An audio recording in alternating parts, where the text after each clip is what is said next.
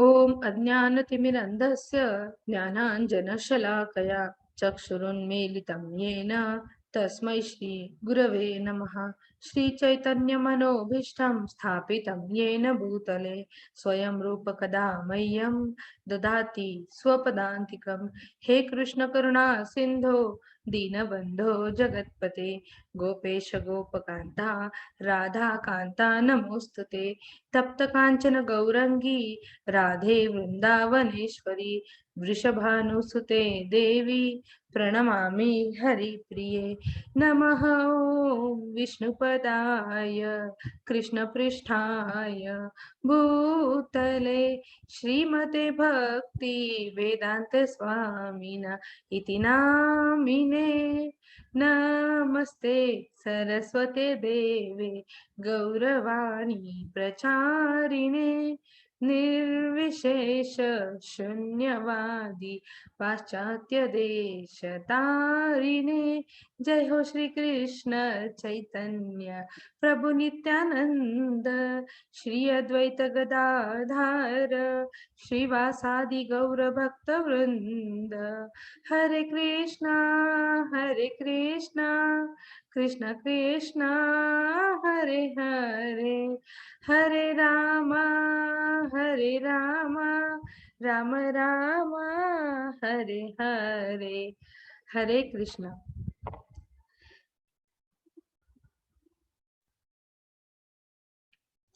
तर ज्यांच्या आनंदासाठी आज आपण इथे जमलोय, ज्यांच्या आनंदासाठी आज आपण इथे गीता शिकतोय, त्या प्रभू श्रीकृष्णांना वंदन करूया। श्री श्री राधा गोविंदांच्या चरणी नतमस्तक होऊया। श्रील प्रभुपदांना वंदन करूया। नामनिष्ठ दास प्रभूजींना वंदन करूया। आणि माझ्या प्रेरणा मनीषा माताजी, पूजा माताजी आणि अन्वया माताजी यांना वंदन करून आज आपण आपल्या अध्ययनाची सुरुवात करूया। श्री श्री राधा गोविंद टेम्पल इस्कॉन मंगलुरू यांच्या 18 दिवसात गीता समजून घेऊया या अध्ययनात तुम्हा सर्व बालगोपालांचं स्वागत आहे। आज आपण शिकणार आहोत अध्याय 7 ज्ञान विज्ञान योग म्हणजेच निरपेक्ष ज्ञान। आपण काल कोणता अध्याय शिकलो होतो? कालच्या आपल्या अध्यायाचं नाव काय होतं? कोणता योग आपण शिकलो होतो? कोणी सांगेल मला? किंवा तुम्ही चॅट बॉक्स मध्येही लिहू शकता। काल आपण कोणतं ज्ञान घेतलं होतं? कोण सांगेल बरं? थांबा मी सांगते। अंजली सांगायचंय तुला? श्रावणी? कोण सांगेल? काल आपण कोणता अध्याय घेतलं होतं? कोणत्या योगाचा अभ्यास केला होता काल आपण? आज कोणीच बोलत नाहीये। ठीक आहे, आज मी विचारते। श्रावणी तुला सांगायचंय काल आपण कोणता अध्याय घेतलो होतो?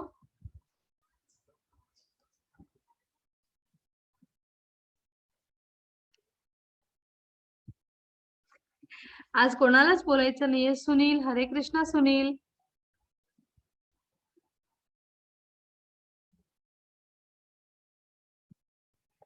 हरे कृष्णा श्रावणी, हरे कृष्णा सुनील। हरे कृष्ण मॅम। कोणी आज कोणालाच उत्तर द्यायचं नाहीये? कोण? सगळे बिझी आहात का तुम्ही आज? मी विचारलं कालच्या आपल्या अध्यायाचं नाव काय होतं?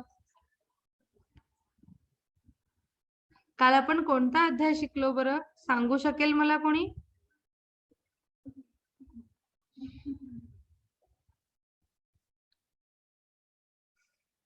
नाही आठवत कोणालाही?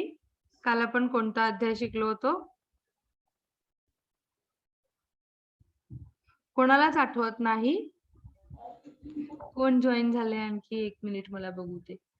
विजयालक्ष्मी, सांगू शकता तुम्ही काल आपण कोणता अध्याय शिकलो होतो? मराठी नहीं आता। ओ, मग तुम्ही चुकून आपने गलती से ज्वाइन किया है क्या ये क्लास? ओ ऐसा ज्वाइन किया। ओके। बट कन्नड़ा समझ के ज्वाइन किया, बट कन्नड़ा में रात 9 बजे से देखती हूँ। Okay okay. ये मैं समझी ये कन्नड़ा है, बाद में नहीं नहीं सॉरी, मराठी क्लास है ये। Okay okay sorry. कन्नड़ नहीं है क्या ये टाइम को? पता नहीं, आपको वेबसाइट पे चेक करना पड़ेगा। Okay, thank you. Okay, no worries. Hare Ram हरे कृष्ण। हरे राम हरे कृष्णा। हरे कृष्ण। ओके, हा, तर आपण काल काय शिकलो होतो माहितीये? आपलं काल आपण ध्यान योगाबद्दल माहिती घेतली होती. तर ध्यान योगामध्ये कसे अष्टांग योगाचा कसा उपयोग करायचा, आपल्या शरीराच्या 8 अंगांनी कसा ध्यान करायचं, भगवंतांवरती ध्यान कसं केंद्रित करायचं, याचा काल आपण ज्ञान घेतलं होतं 6व्या अध्यायामध्ये. तर आज आपण शिकणार आहोत ज्ञान विज्ञान योग. तर आता पहा, आपण कलियुगात आपला धर्म काय आहे? हरे कृष्ण महामंत्राचा जप करणं. आणि असा हा जप केल्याने काय होतं? आपण या जन्म मृत्यूच्या बंधनातून सुटून गोलोकात म्हणजे कृष्णाच्या निवासस्थानी आपल्याला जागा मिळते.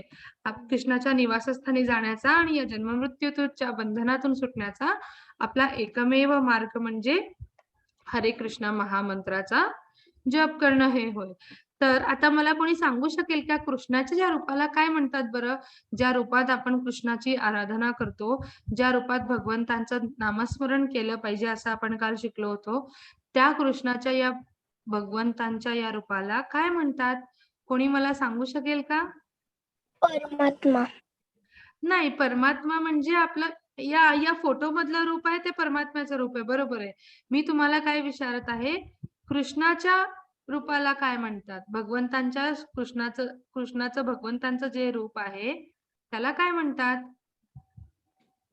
आपण कोणत्या रूपावर आपलं ध्यान केंद्रित केलं पाहिजे? भगवंतांच्या श्यामसुंदर रूपावर, हो की नाही? भगवंतांनी कोणत्या रूपात जन्म घेतला आहे? मनुष्य रूपात. कृष्ण हा देव आहे. भगवान कोण आहेत? कृष्ण आहेत. त्यांचं श्यामसुंदर रूपावरती आपल्याला ध्यान केंद्रित करायचं आहे. आणि या श्यामसुंदर रूपामध्ये त्याचं 2 बाहूंचं रूप आहे त्यांचं, आणि परमात्म्याच्या रूपामध्ये 4 बाहूंचं रूप आहे, आणि तो आपल्या अंतःकरणात राहतो. म्हणून त्याला परमात्मा असंही म्हटलं जातं.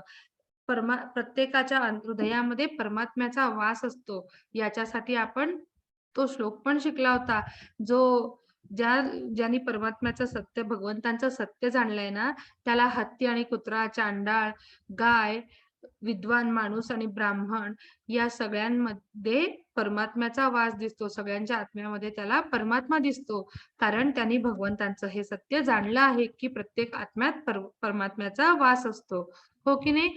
आता परमात्म्याच्या रूपात म्हणजे कोणतं रूप? 4 भुजांचं विष्णूचं रूप, ज्यांच्या हातात गदा शंखचक्र आहे, हो की नाही?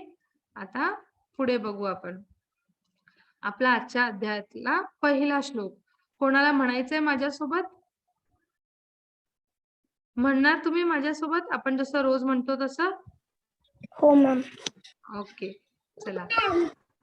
मय्या सक्त मनाः पार्थ मय्या सक्त मनाः पार्थ युज्जन्म दायश्रः युज्जन्म जन्म दायश्रः दायश्रः असंशयं समग्रं माम् असंशयं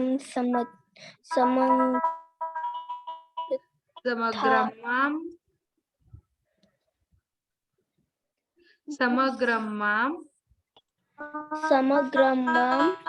यथा ज्ञास्यसि तृच्छृणु यथा ज्ञास्यसि यथा ज्ञास्यसि तच्छृणु यथा ज्ञास्यसि तच्छृणु. तच्छृणु. खूप छान.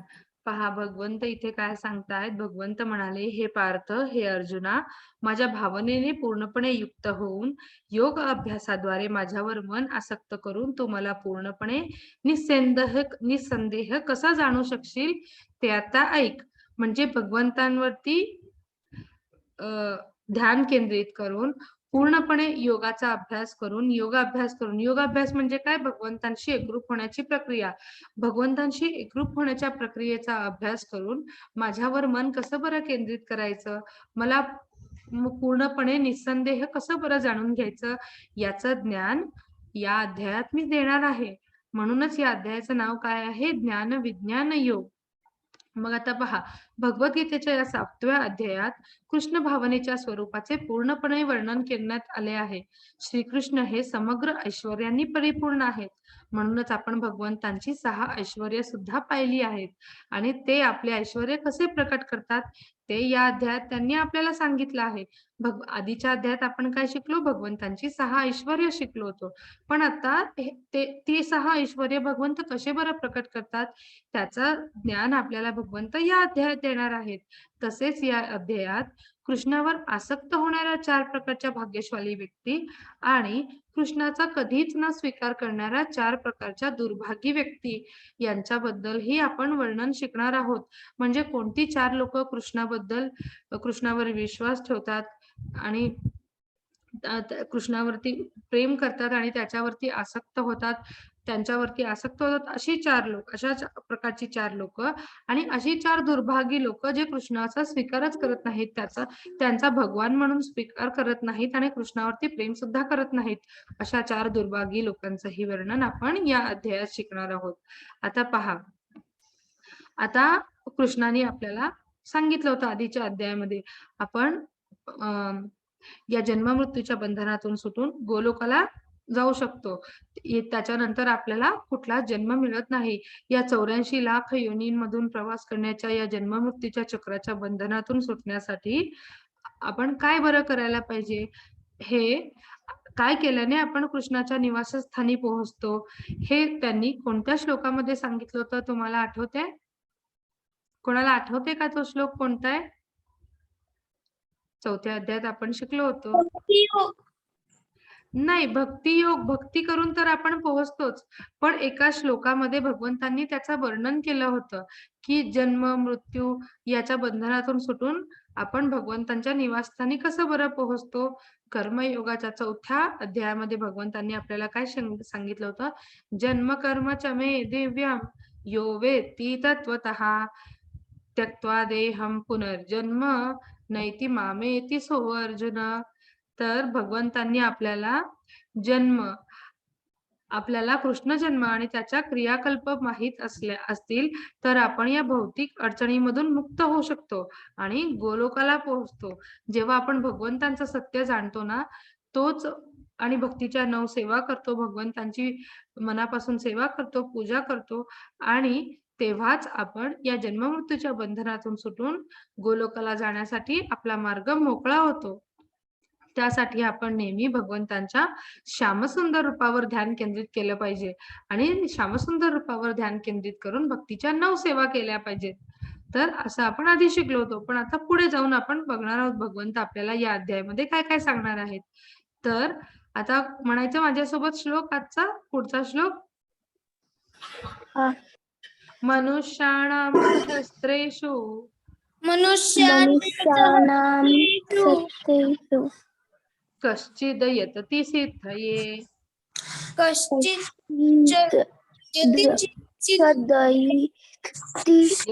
यततामपि सिद्धानां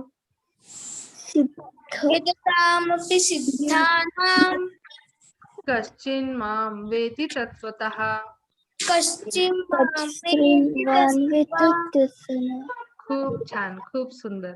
तर या श्लोकामध्ये भगवंत काय सांगतात पहा, सहस्रांवधी मनुष्यापैकी एखादाच सिद्धी प्राप्त करण्याचा प्रयत्न करतो आणि सिद्धी प्राप्त करणाऱ्या त्या मनुष्यांपैकी एखादाच मला तत्वतः जाणतो.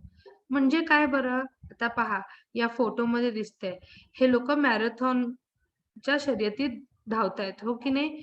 तर पण त्या मॅरेथॉनच्या शर्यतीत कोणीतरी एकच व्यक्ती जिंकू शकतो, हो की नाही? काही पहा, या दुसऱ्या फोटोमध्ये दिसतंय तसं काही जण थकून मध्येच थांबतात, काही जण शेवटपर्यंत पोहोचतात तर खरे, पण पहिले तर येत नाहीत ना. पहिला येणारा हा एकच व्यक्ती असतो, हो की नाही? आता शाळेत आपल्या क्लासमध्ये सुद्धा आपण अभ्यास करतो, पण सगळ्यांनाच पहिला नंबर मिळाला, सगळेच पहिल्या क्रमांकाने उत्तीर्ण झाले असं कधी होतं का? नाही ना. एकाच व्यक्तीला पहिला क्रमांक मिळू शकतो, हो की नाही? आणि आता असा ऑप्शन नसतो, पण जेव्हा कॉलेजला जातो आपण तेव्हा ऑप्शन असतो. काही लोक अभ्यास करतात पण परीक्षेपर्यंत पोहोचतच नाहीत.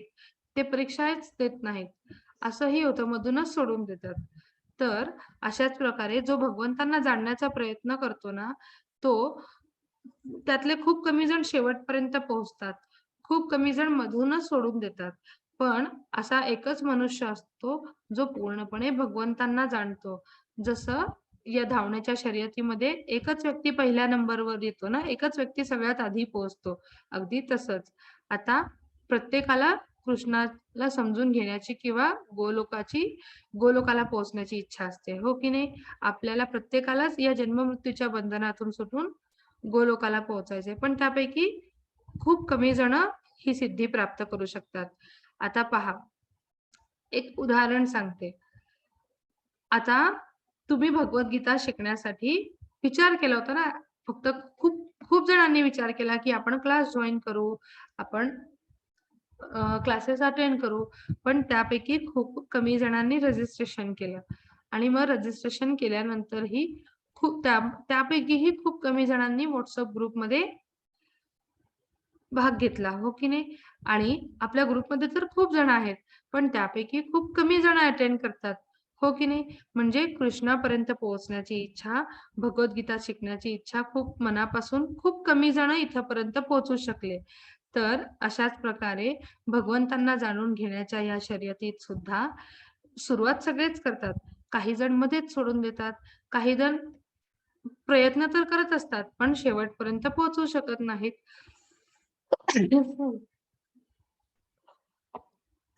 आणि त्यापैकी खूप कमी जण असतात. त्या सगळ्या मनुष्यांपैकी एखादाच मनुष्य असा असतो, जो तत्वतः मला जाणतो, असं भगवंत स्वतः सांगतायत आपल्याला. आता पहा, प्रत्येकाला कृष्णाची इच्छा असते, परंतु प्रत्येकालाच गुरु मिळत नाही. एखादा गुरुच असतो, तो आपल्याला शेवटपर्यंत अध्यात्माच्या या प्रवासात आपली साथ देणारा, आपला हात घेऊन पुढे घेऊन जाणारा आपला गुरुच असतो.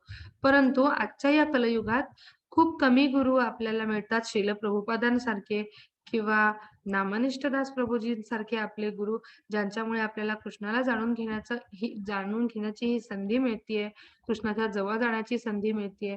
पण आजच्या या युगामध्ये बनावट गुरु आपल्याला खूप मिळतात, जे पैशांसाठी लोकांना शिष्य बनवतात. पण गुरुचं ज्ञान मात्र ते काहीच देत नाहीत. गुरुचं कोणतंच काम ते पूर्ण करत नाहीत. म्हणून आपण आपल्या नियमांचे पालन केलं पाहिजे, भक्तीच्या 9 सेवा केल्या पाहिजे आणि भगवंतांवरती प्रेम केलं पाहिजे. तेव्हाच आपण या लक्षावधी मनुष्यांपैकी एक बनू शकतो आणि भगवंतांना तत्वतः जाणू शकतो. आता पहा, कृष्ण इतका अमर्यादित आहे, तो फक्त कृष्णावरील प्रेम आणि कृष्णाच्या दयेद्वारी आहे आणि फक्त त्याच्यावरील प्रेम आणि भक्तीच्या 9 सेवा याच एकाच मार्गाने आपण त्याला पूर्णतः ओळखू शकतो आणि त्याच्या जवळ जाऊ शकतो. आता भगवंतांची जाणण्याची इच्छा तर खूप जणांना असते, पण त्यापैकी खूप कमी जणांना योग्य गुरु मिळतो. असा गुरु जो आपल्याला खूप छान मार्गदर्शन करेल, भगवंतांपर्यंत पोहोचण्याचा मार्ग दाखवेल आणि अध्यात्माच्या या प्रवासात आपल्याला शेवटपर्यंत आपली साथ देईल. शेवटपर्यंत आपला हात धरून आपल्याला आपल्या फायनल लाईन पर्यंत पोहोचण्यासाठी आपलं मार्गदर्शन करेल. असा योग्य गुरु खूप कमी लोकांना मिळतो आणि असा योग्य गुरु ज्यांना मिळतो, फक्त तेच या भक्तीच्या 9 सेवांचे पालन करतात, भक्तीच्या निर्देशांचे पालन करतात आणि भगवंतांपर्यंत पोहोचतात सुद्धा. आता पहा, या भक्तीच्या निर्देशांचे पालन करणे म्हणजे काय? कोणते 4 नियम आहेत बरं भक्तीच्या निर्देशांचे पालन करण्यासाठी? तर त्यातले 4 नियमांपैकी सगळ्यात पहिला नियम काय? नो मीट इटिंग, म्हणजे कोणताच मांसाहार करायचा नाही. नो गॅम्बलिंग, कोणीच गॅम्बलिंग म्हणजे जुगार खेळायचा नाही अजिबात. नो इंटॉक्सिकेशन, म्हणजे चहा हे पेय किंवा दारू, धूम्रपान अजिबात करायचं नाही आणि नो इलिसिट सेक्स, म्हणजे विवाहबाह्य संबंध ठेवायचे नाहीत. असे भक्तीचे 4 नियम आहेत, जे श्रील प्रभुपादांनी इस्कॉन मध्ये खूप महत्वाचे मानले जातात आणि त्यांनी या 4 नियमांचे पालन हे केलेच पाहिजे. जेव्हा आपल्याला योग्य गुरु मिळतील ते आपल्याला या 4 नियमांचे पालन करण्यासाठी मार्गदर्शन करतील आणि मग त्यानंतर आपण भक्तीच्या 9 सेवा करून भगवंतांवरती प्रेम करून भगवंतांपर्यंत पोहोचण्याचा आपला मार्ग मोकळा होतो आणि आपले गुरु आपली शेवटपर्यंत या अध्यात्माच्या या प्रवासामध्ये आपली साथ देतात. जेव्हा आपल्याला चांगला गुरु मिळतो. चला तर आपण आपला पुढचा श्लोक म्हणूया. म्हणायचं माझ्यासोबत? गुड. भूमिरापो नलो वायु भूमिरापो नलो वायू खं मनो बुद्धिरेव च खम्मन मनो बुद्धिरेव च अहंकार इति यं मे अहंकार इति यं मे भिन्ना प्रकृतिरधष्टा. भिन्ना प्रकृती रष्टा. खूप छान, खूप सुंदर श्रावणी. पहा इथं काय सांगतायत भगवंत? पृथ्वी, पाणी, अग्नी, वायू, प्रकाश, मन, बुद्धी आणि अहंकार या माझ्या 8 भिन्न प्राकृतिक शक्ती आहेत. आता भगवंतांचे 6 ऐश्वर्य आपण पाहिले. आपली बॉडी कोणत्या 5 घटकांपासून बनली आहे? पृथ्वी, अग्नी, वायू, हवा, पाणी या 5 घटकांपासून आपली बॉडी बनली आहे. बरोबर आहे की नाही? पण भगवंतांची प्राकृतिक शक्ती या 8 आहेत. कोणकोणत्या? पृथ्वी, पाणी, अग्नी, वायू, आकाश आणि 2 कोणत्या? मन आणि बुद्धी. या 2 एक्स्ट्रा म्हणजे पंचमहातत्व आणि बुद्धी आणि अहंकार या 8 माझ्या भिन्न प्राकृतिक शक्ती आहेत असं भगवंत स्वतः आपल्याला इथे सांगतायत. कृष्ण त्याच्या भौतिक ऊर्जांचे वर्णन करतायत या श्लोकामध्ये. ते काय म्हणतायत? आपण दुसऱ्या अध्यायात शिकलो होतो की आपण शरीर नाही, आपण आत्मा आहोत आणि आपलं शरीर हे पंचमहाभूतांपासून बनलं आहे, पंचमहातत्वांपासून बनलं आहे. ती पंचमहातत्व कोणती? पृथ्वी, अग्नी, वायू, आकाश आणि पाणी. हो की नाही? आता कृष्ण म्हणजे मी. कृष्ण स्वतः काय सांगतोय? या विश्वाचा आणि प्रत्येक गोष्टीचा मूळ मी स्वतः आहे. मग लोकांना कृष्णाची दया का बरं समजत नाही? या प्रत्येक गोष्टीचा निर्माण कृष्णानेच केलाय. पण ते मात्र काही लोक असतात दुर्भाग्य लोक की जी या गोष्टीवर विश्वास ठेवत नाहीत आणि त्यांचा या गोष्टीवर विश्वास नसतो. या प्रत्येक गोष्टीचा मूळ भगवंत स्वतः आहेत. आता पुढच्या फोटोमध्ये पहा. एक मिनिट.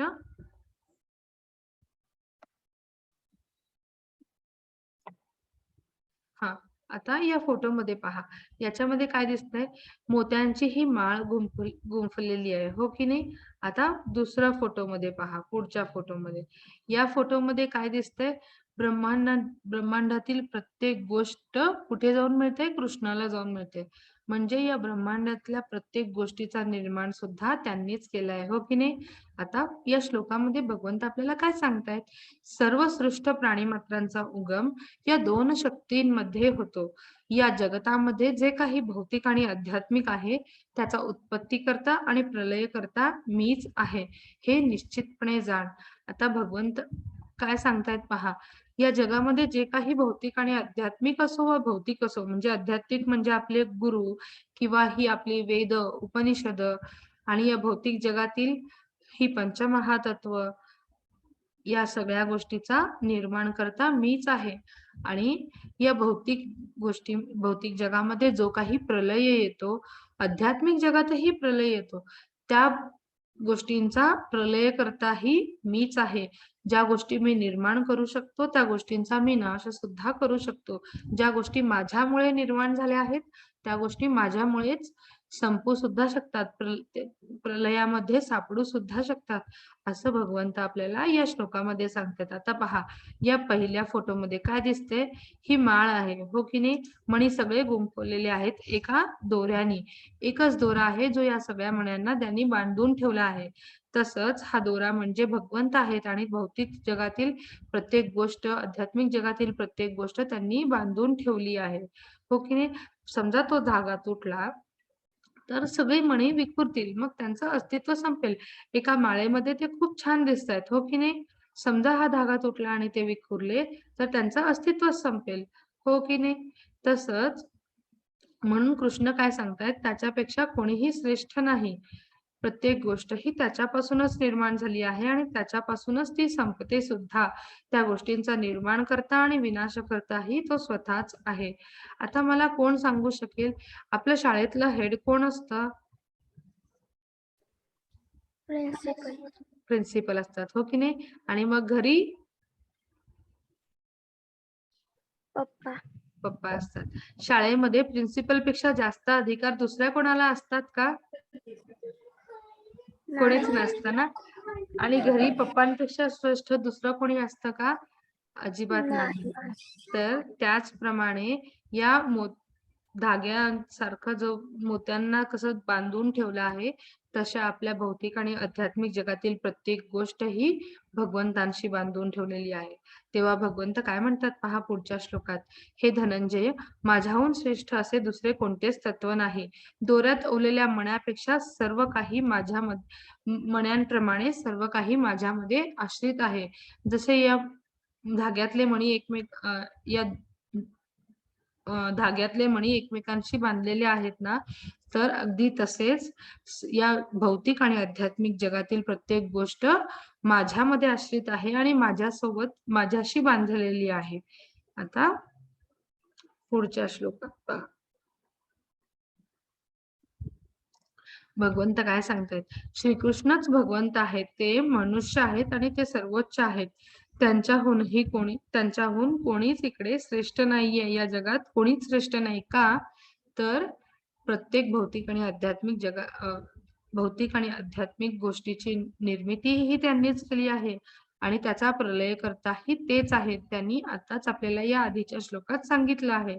आता आणि हे त्यांनी पुन्हा पुढच्या 10व्या चॅप्टर मध्ये 8वा श्लोक आहे, त्या श्लोकात सांगितलं आहे, अहम सर्वस्य प्रभवो मत्तः सर्वं प्रवर्तते इति मत्वा भजन्ते माम बुधा भावा समन्विताः.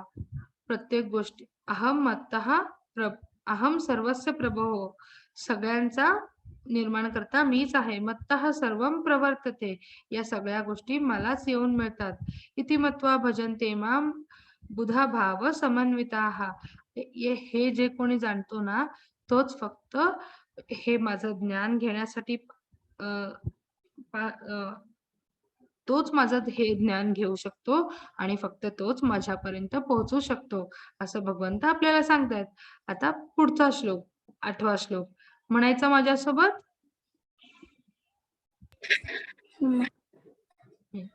रसोहम सुकौन्तेय रसोहम सुकौन्तेय प्रभास्मि शशि सूर्ययोः प्रभास्मि शशि सूर्ययोः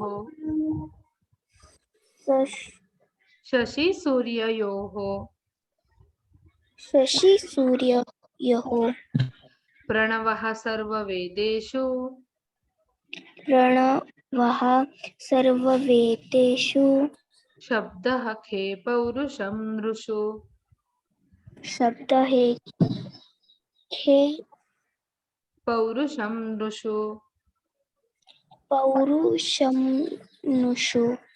खूप छान, खूप सुंदर श्रावणी. आता भगवंत काय सांगतायत की अर्जुनाला, हे कौंतेया, हे अर्जुना, पाण्यामधील रस मी आहे, चंद्र आणि सूर्याचा प्रकाश मी आहे, वैदिक मंत्रांमधील ओंकार मी आहे, आकाशातील शब्द मी आणि मनुष्यातील सामर्थ्य सुद्धा मीच आहे. पहा भगवंत इथे काय सांगतायत आपल्याला, की आपण जे पाणी पितो ना रोज, त्याला कोणती टेस्ट असते का? नाही ना. पण आपल्याला खूप तहान लागली आणि तुम्हाला जर सांगितलं दूध प्या, तर तुमची तहान दुधाने भागेल का? नाही. नाही ना. मग आपल्याला तहान लागल्यावर तो पाण्याचा आस्वाद असतो, जो पाणी पिल्यानंतर आपल्याला जो आनंद मिळतो, म्हणजे पाण्यामधील तो जो रस असतो तो मीच आहे. आता चंद्र आणि सूर्याचा प्रकाश सुद्धा मीच आहे. चंद्र आणि सूर्याला सुद्धा भगवंतांनी प्रकाश दिला आहे. आणि पुढे वैदिक मंत्रातील सगळ्यात श्रेष्ठ वर्ड कोणता आहे? ओंकार, ओम, तो सुद्धा मीच आहे. आकाशातील जो ध्वनी आहे, शब्द, तो सुद्धा मीच आहे. आणि मनुष्यामधील जे सामर्थ्य आहे ना, ते सुद्धा मीच आहे. असं भगवंत आपल्याला सांगतायत. मग याच्यानंतर जेव्हाही आपण पाणी पिऊ ना, तेव्हा आपण भगवंतांचं नामस्मरण केलं पाहिजे. कारण त्या प्रत्येक पाण्याच्या त्या प्रत्येक थेंबामधील रस ते स्वतः आहेत. विचार करा, जर चंद्र आणि सूर्याला त्यांनी प्रकाश दिला असेल, तर त्यांच्याकडे किती मोठा प्रकाश असेल. आपण हे पुढच्या श्लोकांमध्ये किंवा पुढच्या अध्यायांमध्ये सुद्धा पाहणार आहोत, की भगवंतांचा प्रकाश किती तेज आहे ते. आणि आपल्याला माहित आहे, वैदिक मंत्रांमध्ये ओम हा सगळ्यात सर्वश्रेष्ठ शब्द आहे. तो ओम सुद्धा मीच आहे, असं भगवंत आपल्याला सांगतायत. आणि आकाशातील जो ध्वनी आहे, आपण जो ध्वनी ऐकतो, आकाशातील शब्द, तो सुद्धा मीच आहे. आणि मनुष्यामधील सामर्थ्य सुद्धा मीच आहे. आता पुढे पहा, कोणत्या गोष्टीतलं महत्व भगवंत आहेत ते स्वतः इथे सांगताहेत. पाण्यामधील रस आहेत ते, सूर्य आणि चंद्रामधील प्रकाश तेच आहेत, वैदिक मंत्रामधील ओम ते आहेत, आकाशातील ध्वनी तेच आहेत, मनुष्यामधलं सामर्थ्य सुद्धा तेच आहेत, पृथ्वीचा सुगंध तेच आहेत, अग्नीची उष्णता तेच, अग्नीमध्ये जी उष्णता असते ना, ती सुद्धा भगवंत स्वतः आहेत. सर्व जीवांमधील जी जीवनशक्ती आहे, ती सुद्धा भगवंत स्वतः आहेत. सर्व तपस्वींचा तप ते आहेत. अस्तित्वातील सर्व वस्तूंचा बीज ते आहेत. बुद्धिमानाची बुद्धी तेच आहेत. शक्तिमानाची शक्ती सुद्धा तेच आहेत. बलवानालाच बल सुद्धा तेच आहेत. आणि धर्मतत्वांविरुद्ध नसणाऱ्याचं काम सुद्धा तेच आहेत. आता असं का बरं? पहा, सूर्य आणि चंद्रामधील प्रकाश कृष्ण आहेत ते सांगितलं. मंत्रांमध्ये ओम सुद्धा तेच आहेत. आता हरे कृष्ण महामंत्रामध्ये ओम का बरं नाहीये? तर त्या मंत्रामध्ये कृष्ण आधीच आहे. आता किती कृष्ण आणि किती ओम आहेत, किती राम आहेत? हरे कृष्ण कृष्ण कृष्ण हरे हरे, म्हणजे 4 कृष्ण आहेत. आणि हरे राम राम राम हरे हरे, 4 राम आहेत. हो की नाही? तर ते कॅल्क्युलेशन आहे, मी तुम्हाला नंतर सांगते, की प्रत्येक कृष्ण म्हणजे किती ओम आहेत आणि एक राम म्हणजे किती ओम आहेत. इतके सगळे ओम कृष्ण आणि राम यांच्या नावात सामावलेले आहेत. म्हणूनच हरे कृष्ण महामंत्रामध्ये ओम नाहीये.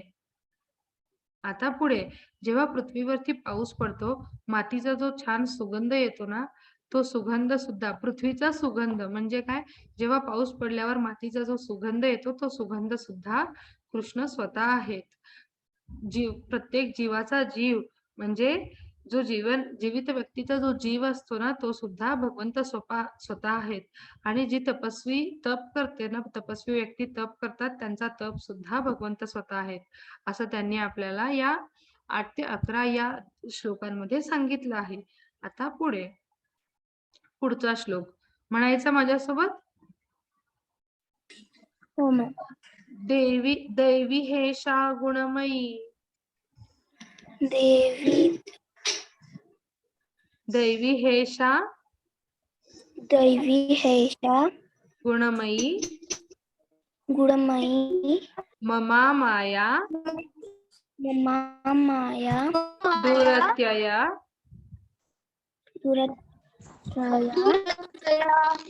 मामेव ये प्रपद्यन्ते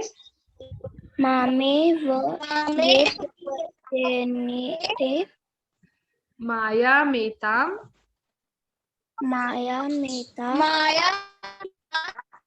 तरन्ति ते. खूप छान.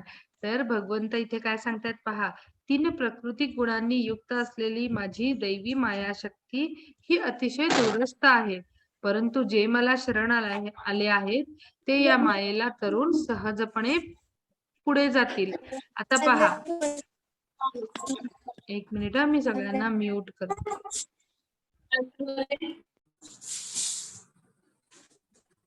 दाबू नको दे.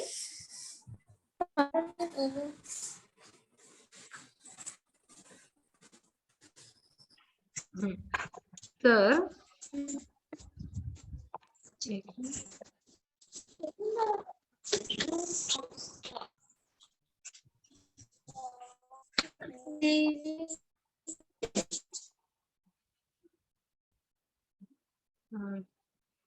तर आता समजा तुम्ही पुरामध्ये बुडत आहात आणि कोणीतरी हेलिकॉप्टर मधून आलं तर काय होईल? आपण वाचू शकतो, हो की नाही? कोणी आपल्याला मदतीचा हात दिला तरच आपण वाचू शकतो. परंतु पहा, जर आपण या भौतिक जगात या मायेमध्ये बुडलेलो आहोत आणि आपण भगवंतांची आठवण केली तर या भौतिक जगाच्या महासागरातून वाचवण्यासाठी भगवंत आपल्याला स्वतः येतील. तुम्हाला माहितीये पृथ्वीला काय म्हटलं जातं? पृथ्वीला दुःखालयम असं म्हटलं जातं. जसं वाचनालयाला पुस्तकालयम म्हटलं जातं कारण तिथे पुस्तकं मिळतात आणि जिथं वस्त्र म्हणजे कपडे मिळतात त्याला वस्त्रालयम म्हणतात. मग पृथ्वीला दुःखालयम का म्हटलं जातं माहितीये? कारण इथे दुःख मिळतात म्हणून. आणि आपण पुढच्या अध्यायामध्ये शिकणार आहोत गोलोक कसं असतं, भगवंतांचं गोलोक कसं आहे, आपल्याला का जायचंय तिथे, आपण का गेलं पाहिजे. कारण तुम्हाला माहितीये तिथे गोलोकामध्ये एकही दुःख नसतं, फक्त आणि फक्त सुख आणि आनंद इतकंच असतं तिथे. आता म्हणूनच आपल्याला या भौतिक दुःखाच्या सागरातून सुटायचं आहे, भगवंतांची आठवण करायची आहे, तेव्हाच ते स्वतः आपल्याला मदतीचा हात देतील आणि आपण मग त्यांच्यासोबत गोलोकाला जाऊ. आता कृष्ण काय म्हणतात पहा, आम्हाला कायमस्वरूपी आनंद हवा आहे.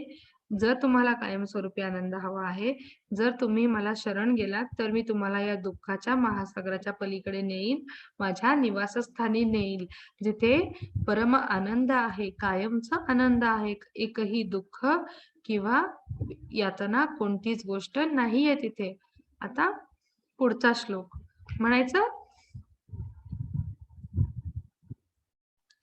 चतुर्विद्या भजन्ते माम चतुर्विद्या भजन्ते माम भजते मां जनाः जनाः सुकृतिनोऽर्जुन सुकृतिनो अर्जुन सुकृतिनो अर्जुन आर्तो जिज्ञासु आर्तो जिज्ञासु अर्थार्थी ज्ञानी अर्थार्थी ज्ञानी च भारतर्षभ. च भारतभर्षद. खूप छान. तर भगवंत इथे काय सांगतायत पहा आपल्याला, हे भरतश्रेष्ठ अर्जुन म्हणजे हे अर्जुना, 4 प्रकारचे पुण्यात्मा माझी भक्ती करत असतात. अंत, अर्थार्थी, जिज्ञासू आणि ज्ञानी अशी 4 प्रकार. आता भगवंतांनी स्टार्टिंगला सांगितलं होतं 4 प्रकारची लोक जी भगवंतांचं नामस्मरण करतात आणि 4 प्रकारची दुर्भागी लोक जी भगवंतांचं अस्तित्वाला मानत नाहीत. अशा लोकांचं वर्णन आपण या अध्यायात शिकणार आहोत. आता असे 4 प्रकारचे लोक कोणते आहेत बरं जे भगवंतांची भक्ती करतात? आता पहा, पहिला आंत म्हणजे जे पीडित आहेत आणि अर्थार्थी, आंत म्हणजे जे पीडित आहेत. दुसरा अर्थार्थी म्हणजे ज्यांना धनाची अभिलाषा आहे. तिसरा जे जिज्ञासू म्हणजे जे जिज्ञासू आहेत आणि भगवंतांच्या परमसत्याच्या शोधात आहेत. आणि चौथा ज्ञानी. जिज्ञासू म्हणजे ज्यांना जाणून घेण्याची इच्छा आहे आणि चौथा ज्ञानी म्हणजे जे भगवंताच्या परमसत्याच्या शोधात आहेत. असे हे विविध परिस्थितीमध्ये भगवत भक्ती करण्यासाठी भगवंतांकडे जातात. ते शुद्ध भक्त नसतात, कारण शुद्ध भक्ती करण्यामागे त्यांना आपली इच्छापूर्ती करून घेण्याची असते. शुद्ध भक्ती आकांक्षा आणि भौतिक लाभ इच्छेरहित असते. जे लोक शुद्ध भक्ती करतात ना, त्यांना या चौघांमध्ये असल्यासारखी कोणतीच इच्छा आकांक्षा किंवा भौतिक लाभ या कोणत्याही गोष्टीची गरज नसते. त्यांना फक्त आणि फक्त भगवंतांचं प्रेम करायचं असतं आणि भगवंतांवरती प्रेम करायचं असतं आणि त्यांनाच खरं भक्त म्हटलं जातं. पण असे बाकी 4 प्रकारचे लोक कोण आहेत जे स्वार्थासाठी भगवंतांची भक्ती करतात? म्हणजे अंत, अर्थार्थी, जिज्ञासू आणि ज्ञानी. अंत म्हणजे जे पीडित आहेत, अर्थार्थी म्हणजे ज्यांना पैसे कमवायचे आहेत भगवंतांची सेवा करून, जिज्ञासू म्हणजे ज्यांना खूप काही गोष्टी जाणून घ्यायच्या आहेत, पण तेही स्वतःच्या स्वार्थासाठी. ज्ञानी ज्यांना भगवंतांचं परमसत्य जाणून घ्यायचं आहे, पण तेही स्वतःच्या स्वार्थासाठी. अशा प्रकारचे 4 लोक हे भगवंतांची भक्ती करतात, पण स्वतःच्या स्वार्थासाठी. जो निस्वार्थी भक्त असतो त्याला कोणत्याच प्रकारच्या इच्छा आकांक्षा नसतात आणि कोणती भौतिक जगातल्या कोणत्याही गोष्टीची इच्छा सुद्धा नसते. आता पुढे, आता या सगळ्या स्टोरीज कोणकोणत्या आहेत बरं? कोणाला माहितीये गजेंद्राची स्टोरी किंवा द्रौपदीची स्टोरी, हनुमानाची स्टोरी, ध्रुव बाळाची स्टोरी आणि किंवा सुखदेव गोस्वामींची स्टोरी? या स्टोरीज कोणाला माहिती आहेत का? नाही मॅम. नाही? ओके, ठीक आहे. आता आपण एक एक स्टोरी ऐकू. मी ध्रुव बाळाची स्टोरी सगळ्यात लास्टला सांगते, ठीक आहे? आधी आपण या 4 स्टोरीज ऐकू. तर पहा, हे जे गजेंद्र आहेत यांना एक श्राप मिळाला होता, म्हणून त्यांना हत्तीचं रूप मिळालं होतं गजेंद्रांना, बरोबर आहे की नाही? पण ते भगवान विष्णूंचे परमभक्त होते आणि ते असंच एकदा जंगलात पाणी पिण्यासाठी गेले या तलावामध्ये आणि मगरीने त्यांचा पाय पकडला. मग त्यांनी काय केलं, ते गेले कशासाठी होते, त्या तलावातलं कमळ भगवंतांना अर्पण करण्यासाठी. परंतु जेव्हा मगरीने त्यांचा पाय पकडला ना, त्या परिस्थितीत सुद्धा त्यांनी ते पाण्यातलं फूल काढून भगवंतांना अर्पण केलं. इथे दिसतंय की नाही? आणि तुम्हाला माहितीये, ते भगवंताचे परमभक्त होते आणि या परिस्थितीत सुद्धा त्यांनी हे फूल अर्पण केलं. म्हणून गरुडावर आरूढ होऊन भगवान विष्णू स्वतः ते फूल घेण्यासाठी आले. का बरं? आपण दुसऱ्या अध्यायात शिकलो होतो ना, तिसऱ्या अध्यायात. भगवंतांसाठी केलेली कोणतीही छोट्यातली छोटी गोष्ट सुद्धा वाया जात नाही. आपण उंदराची स्टोरी पाहिली होती त्यासाठी आणि मग आपण खारुताईची ही स्टोरी पाहिली होती, हो की नाही? मग तसंच या गजेंद्राची पण स्टोरी आहे. पहा, या बिकट परिस्थितीत सुद्धा त्यांनी भगवंतांचं नामस्मरण केलं आणि भगवंतांना पुष्प अर्पण करण्याची इच्छा केली. भगवंत कोणत्या गोष्टीचे भुकेले आहेत का? नाही. पूर्ण जगच तर त्यांनी निर्माण केलंय. सजीवातला जीव सुद्धा त्यांनीच दिलाय. मग त्यांना कोणत्या गोष्टीची इच्छा? ते तर फक्त भक्ती आणि प्रेमाचे भुकेले आहेत. मग आपण 9व्या अध्यायात पुढे जाऊन शिकणार आहोत. भक्तिपूर्वक फक्त पत्रम पुष्पम फलम तोयम या 4 गोष्टी जरी अर्पण केल्या ना, तो त्याचा प्रेमाने स्वीकार करतो. म्हणून त्यांनी गजेंद्रांनी अर्पण केलेल्या फुलाचा प्रेमाने स्वीकार केला आणि त्यांना मोक्ष दिला आणि त्यांना त्यांच्या निवासस्थानी जागा मिळाली. यालाच गजेंद्र मोक्ष कथा असंही म्हटलं जातं. आता द्रौपदीचं वस्त्रहरण पहा, ती त्यांची एकदम बेस्ट फ्रेंड होती, हो की नाही? द्रौपदी आणि कौरवांनी कपटीने तो खेळ जिंकला होता आणि त्यांनी पूर्ण राज्य गमावलं. पांडव सगळे निसह्य झाले होते. त्यांनी डावपेच करून द्रौपदीला सुद्धा दावावरती ठेवलं होतं आणि द्रौपदीला पांडवांनी गमावलं आणि कौरवांनी दुःशासनाने तिचा वस्त्रहरण करण्याचा प्रयत्न केला. तेव्हा तिने काय केलं, फक्त कृष्णाला हाक मारली, हे सखा, हे कृष्णा, तू ये माझ्या मदतीसाठी. तेव्हा कृष्ण स्वतः येऊन त्यांनी द्रौपदीची अशी मदत केली. त्यांनी हा दुःशासन साडी ओढतच राहिला, पण द्रौपदीचा मान त्यांनी राखला. ती साडी कधीच संपली नाही आणि द्रौपदीचा मान त्यांनी राखला. असं कोण खऱ्या भक्ताची मदत करण्यासाठी भगवंत कधीही येत असतात. त्यांना फक्त एक हाक मारण्याची गरज असते.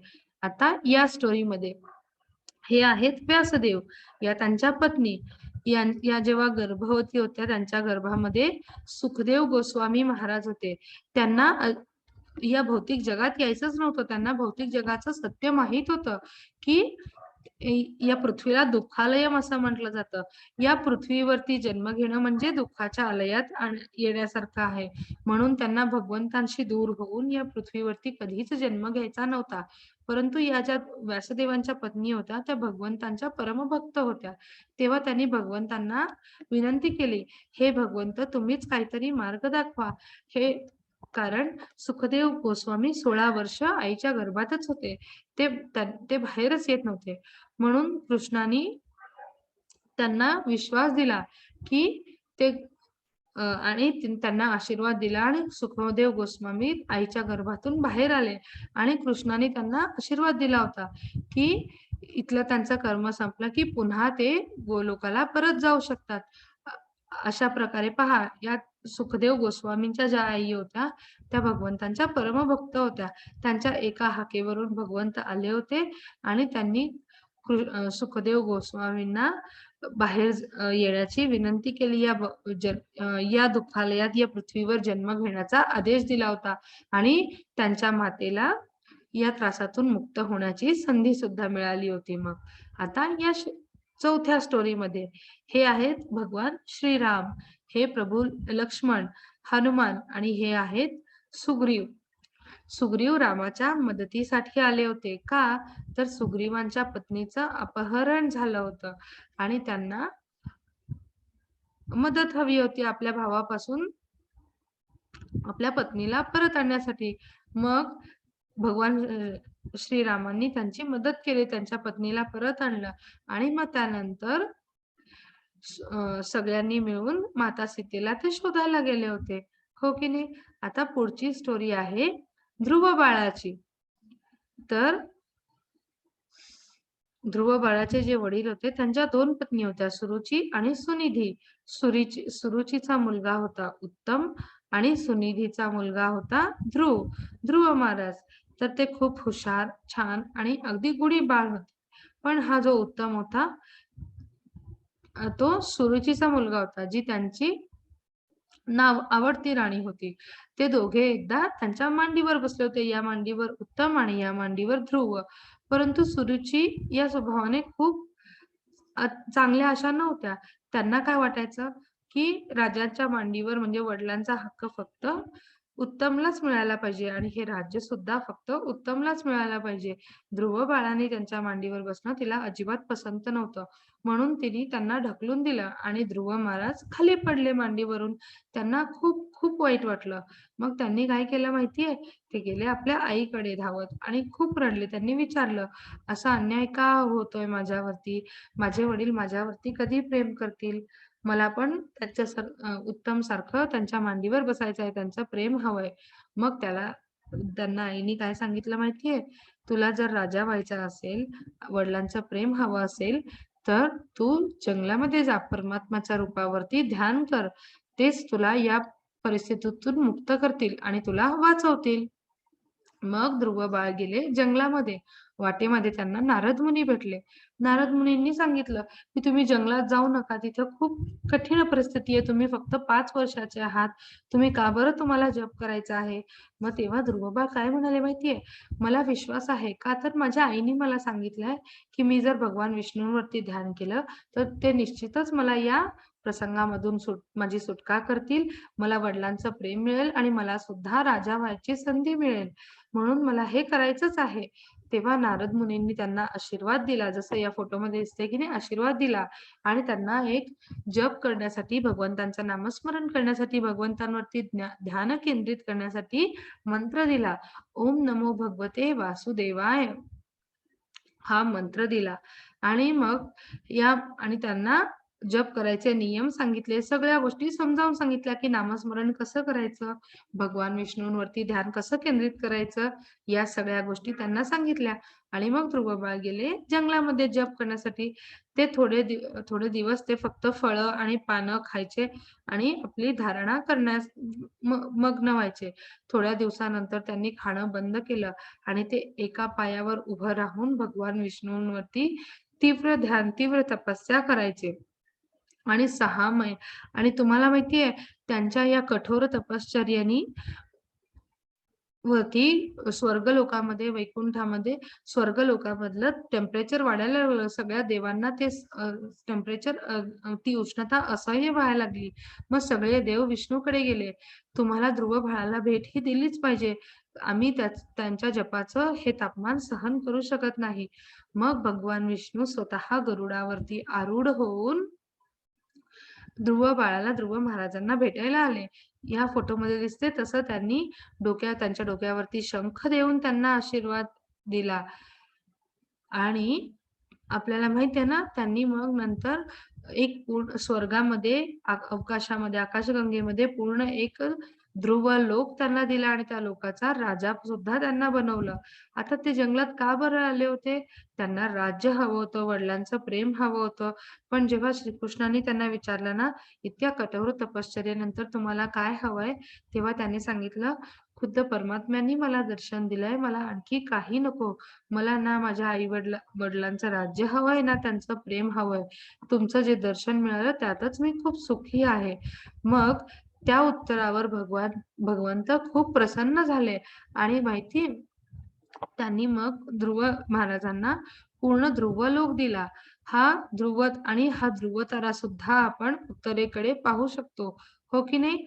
म्हणून जो भगवंतांना शरण जातो, नक्कीच भगवंतांचा आशीर्वाद त्याच्या डोक्यावरती असतो. हे आपल्याला या स्टोरी मधून समजते. आता आपला पुढचा श्लोक. बहुनाम जन्मनामन्ते बहूनां जन्मनामन्ते ज्ञानवान् मां प्रपद्यते ज्ञानवान् मां प्रपद्यते प्रपद्यते वासुदेवः सर्वमिति वासुदेवः सर्वमिति स महात्मा सुदुर्लभः. स महात्मा सुदुर्लभः. खूप छान. तर या श्लोकात भगवंत काय सांगतायत? अनेकानेक जन्म आणि मृत्यूनंतर ज्याला वास्तविक ज्ञान होतो, तो मी अस्तित्वातील सर्व गोष्टीच्या कारणांचे परमकारण असल्याचे जाणून मला शरण येतो. असा महात्मा अत्यंत दुर्लभ असतो. आता पहा, ज्यांनी भगवंतांचं सत्य जाणलंय ना, की सगळ्या गोष्टीचं कारण भगवंत आहे, भगवंत स्वतःच आहेत, असा महात्मा खूप दुर्लभ असतो. अशा खूप कमी जणांना भगवंतांचं सत्य समजतं, की आपण काहीच नाही, आपण फक्त एक कारण आहोत. या सर्व कारणांचं कारण मात्र भगवंत स्वतः आहेत. असं ज्याला समजतं तो महात्मा खूप दुर्लभ असतो. असे महात्मा दुर्लभ असतात. इतक्या वर्षानंतर आणि अनेक पुनर्जन्मानंतर सुद्धा आणि कृष्णाला समजल्यानंतर लोक कृष्णाला शरण जातात आणि फार कमी लोकांना कृष्णाचं सत्य समजतं. तू खूप भाग्यवान आहेस, तू कृष्ण जागरूकतेसाठी आला आहेस, असं ते अर्जुनाला सांगताय. आता पहा, पुढच्या श्लोकामध्ये भगवंत सांगतायत की पहा, कोणती 4 लोकांना कुठे स्थान मिळतं.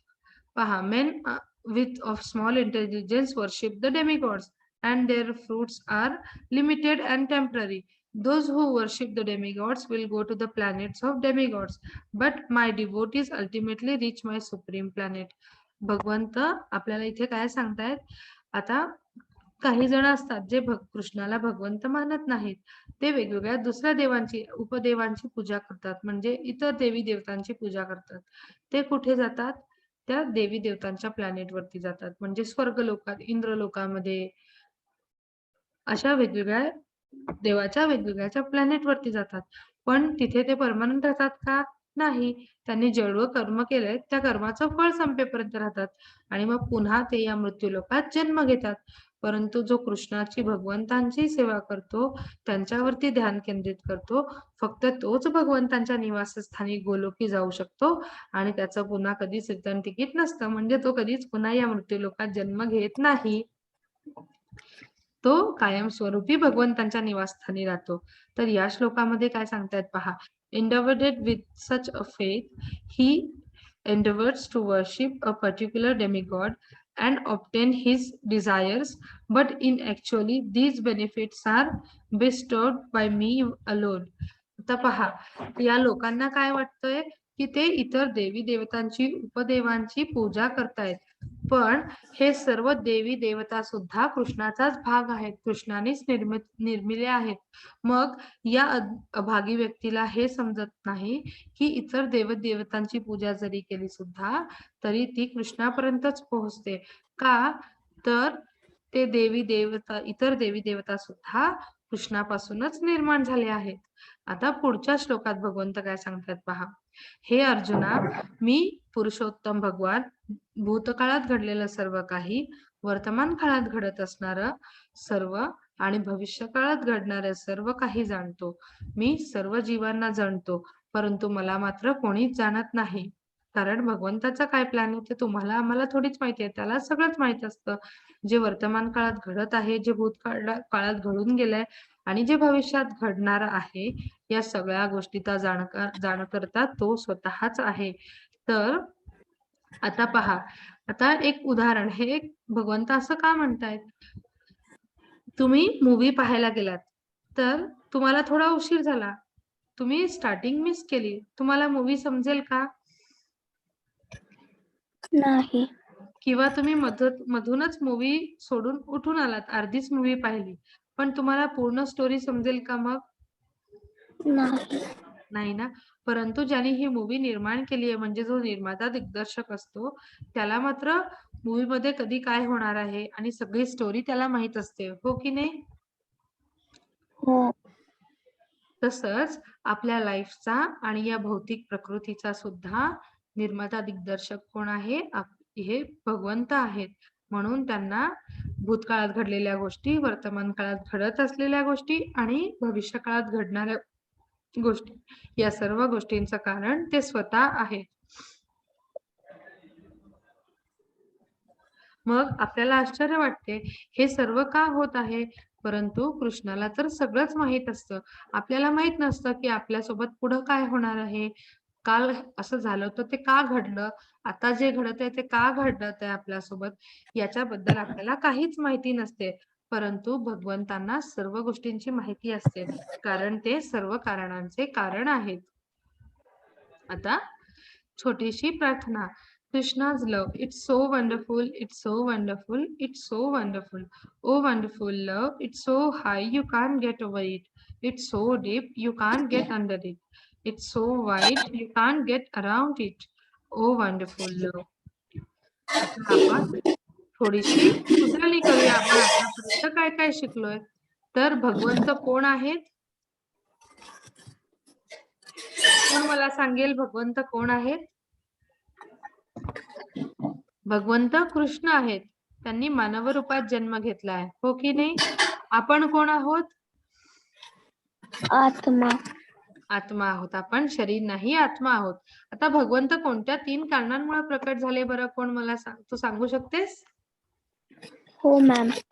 भक्तांच्या उद्धारांसाठी, दुष्टांचा नाश करण्यासाठी आणि धर्म पुनर्स्थापित करण्यासाठी. खूप छान, खूप सुंदर. आता भगवद्गीता काय आहे बरं? आपल्या जीवनाचं मॅन्युअल आहे. हो की नाही? आपण भगवद्गीता का बरं वाचतो? का तर आपल्या प्रत्येक गोष्टीचं उत्तर, आपल्या प्रत्येक प्रश्नाचं समाधान आपल्याला गीतेमध्ये सापडतं. आपल्या प्रत्येक गोष्टीचं डायरेक्शन सुद्धा आपल्याला गीतेमध्ये सापडतं. म्हणून आपण भगवद्गीता वाचतो. अर्जुनाला युद्ध का बरं करावं असं वाटत नाही? त्याच्या युद्ध अर्जुनाच्या असमंजसाची 4 कारणं कोणती होती? अर्जुनाच्या विलापाची 4 कारणं कोणती होती? 5 कारणं कोणती होती? दया, आनंद नाही, पाप, पारिवारिक परंपरा, असमंजसता. खूप छान, खूप सुंदर. योग म्हणजे काय आहे बरं? देवासोबत एकरूप होण्याची प्रक्रिया. एकरूप होणे. खूप छान. आता 4 युग कोणती आहेत?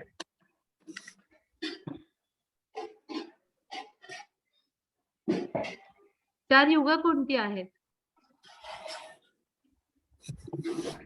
सत्ययुग, त्रेतायुग, द्वापरयुग आणि कलयुग. आपण कोणत्या युगामध्ये राहतो? कलियुगात.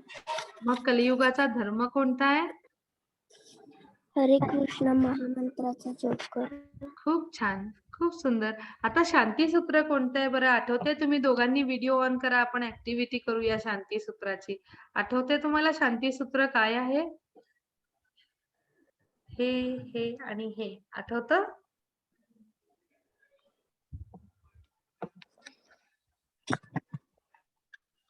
सर्व भगवान सर्वोच्च आनंद आहेत.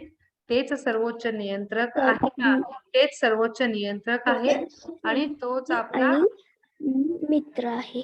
तोच आपला परोपकारी सर्वोच्च मित्र आहे. हो की नाही? आता हरे कृष्ण महामंत्र कोणता आहे? हरे कृष्णा कृष्णा कृष्णा हरे हरे हरे राम राम राम हरे हरे. खूप छान, खूप सुंदर. पंचतत्व मंत्र कोणता आहे बरं?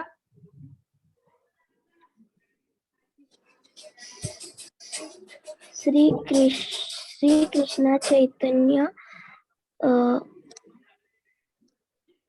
प्रभू नित्यानंद, प्रभु नित्यानंद श्री अद्वैत, श्री अद्वैत हम्म,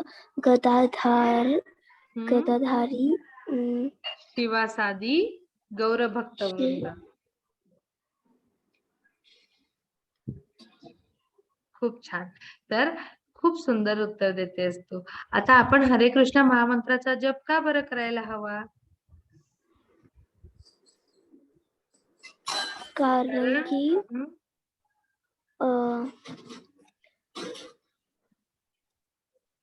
तो एकमेव धर्म आहे आपला या कलयुगातला, आणि त्याच्या फक्त हरे कृष्ण महामंत्राच्या मदतीनेच आपण कृष्णाच्या गोलोकात जाऊ शकतो. हो की नाही? या जन्म मृत्यूच्या बंधनातून सुटून आपण गोलोकात जाऊ शकतो. आता ऍक्टिव्हिटी करायची. आपण काय नाही, शरीर नाही, आपण काय आहोत? आत्मा. आणि आपला आत्मा कुठे असतो? हृदयात. आपण आपल्या आत्म्याला पाहू शकतो का? नाही. आत्म्याला जाळू किंवा पुरू शकतो का? नाही.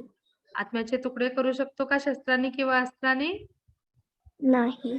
आत्म्याला ओलं किंवा सुकवू शकतो का वाऱ्याने? नाही. आपल्या आत्म्याचा आकार केवढा असतो? आपल्या एक केसाच्या 10,000 अंश इतका. आपल्या केसाच्या टोकाच्या 10,000 1 अंश इतका छोटासा आपल्या आत्म्याचा आकार असतो. आता पुढे भगवान प्राप्तीचे 3 टप्पे कोणते आहेत? ब्रह्मन, परमात्मा आणि भगवान.